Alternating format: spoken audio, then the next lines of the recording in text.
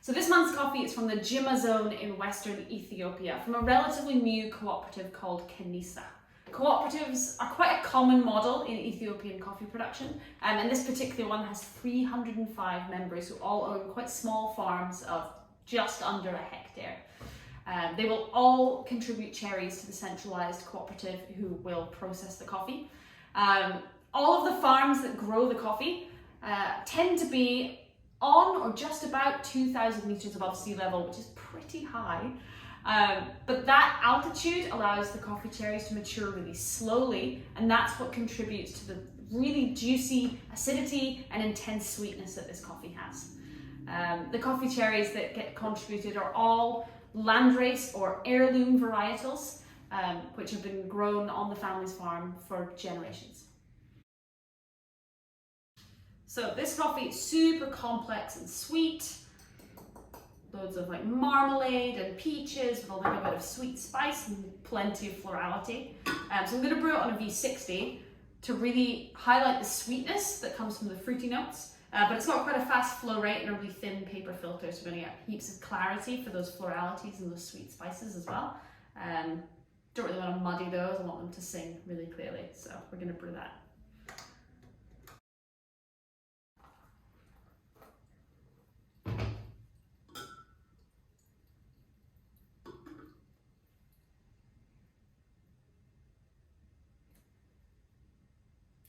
The best bit of Ethiopian coffees is doing your bloom and then sticking your nose straight in it. Because you get loads of violets, loads of lavender, loads of jasmine.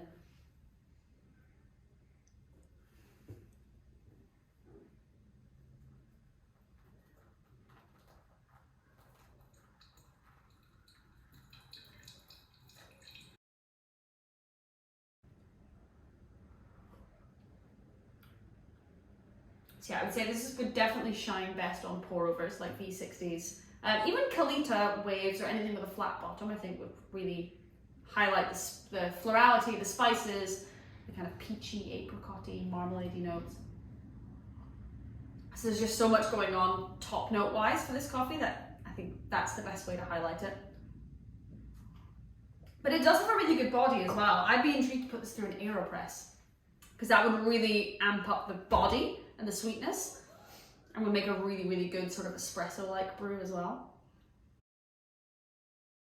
So even though this coffee is quite dense, density is quite tricky when you're roasting it as well, because I want to make sure that I don't underbake the center of the bean, which is very easy to do with a dense coffee because the heat doesn't transfer very easily sometimes. But it also makes first crack.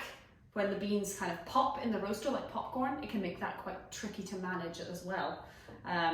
So I put in quite a lot of energy at the start of the roast to kind of make sure that we really got a really good build of momentum going.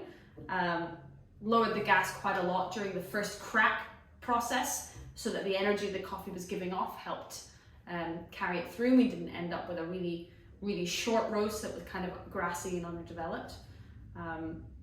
I stopped early enough in the roast that we didn't overdevelop things as well, which is another thing that's easy to do with Ethiopian coffees when you're roasting them, is roasting them for too long a time or at too high of a temperature at the end of the roast. You kill all the florality, you kill all of the subtle nuances, which I didn't want to do with this one, and hopefully I've succeeded and hopefully you enjoy it.